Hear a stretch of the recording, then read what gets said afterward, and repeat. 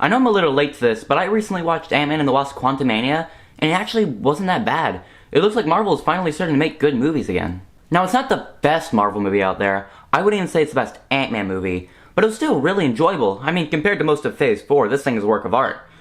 Which is why I'm so confused on why it got 47% on Rotten Tomatoes. That is low. Like, really low. Especially for a Marvel movie. In fact, I think it's tied with Eternals as the lowest rated MCU movie out there. I almost didn't watch it because of how low the score was. I thought, well, if Thor: Love and Thunder got 64%, that must mean that this is even worse. But no, it's so much better than Thor: Love and Thunder. Honestly, if any movie deserves 47%, it's Love and Thunder. I'm pretty sure y'all have heard this before, but do not trust Rotten Tomatoes. Never turn down a movie just because it has a low critic score on Rotten Tomatoes.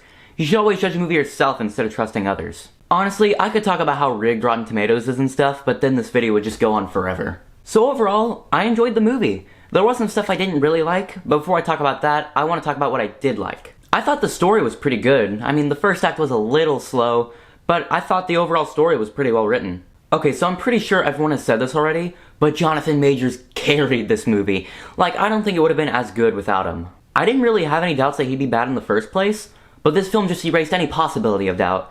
Like, honestly, depending on how they treat him in the next Avenger movies, he may end up becoming a better villain than Thanos. Another thing I noticed is that this film feels a lot like Star Wars almost.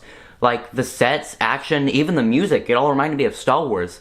And I think that's really cool. I mean, this is basically a Star Wars movie with Marvel characters. Speaking of sets, the locations in this film look amazing. Like, some of the creatures and sets look like they're from Strange World, for like, the 5 people who've actually seen that film. But yeah, the CGI in this looked really good. I'm glad that Marvel is not finishing their VFX before releasing the film.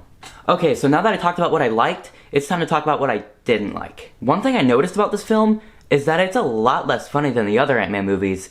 Like, there's still some funny jokes in there, but it's not as funny as the other two.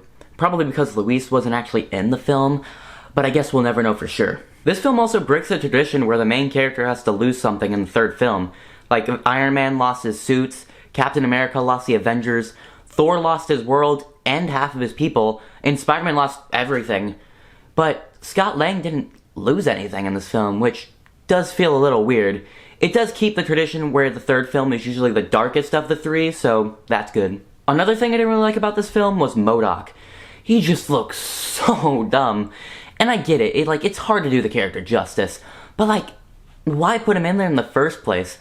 Like, if they were going to take him out of the quantum realm and have him create AIM in a future movie, that would have made sense. But no, they just kill him off in the end. He literally has, like, no purpose in the movie aside from being a character in the comics. Also, for a movie called Ant-Man and the Wasp doesn't really do anything. Like, she's still in it and she helps out every once in a while, but you'd think she'd have a bigger role in the film. Honestly, I think that Cassie had a bigger role than her in the film. The film just should have been called Ant-Man and Cassie Quantumania, or just Ant-Man Quantumania.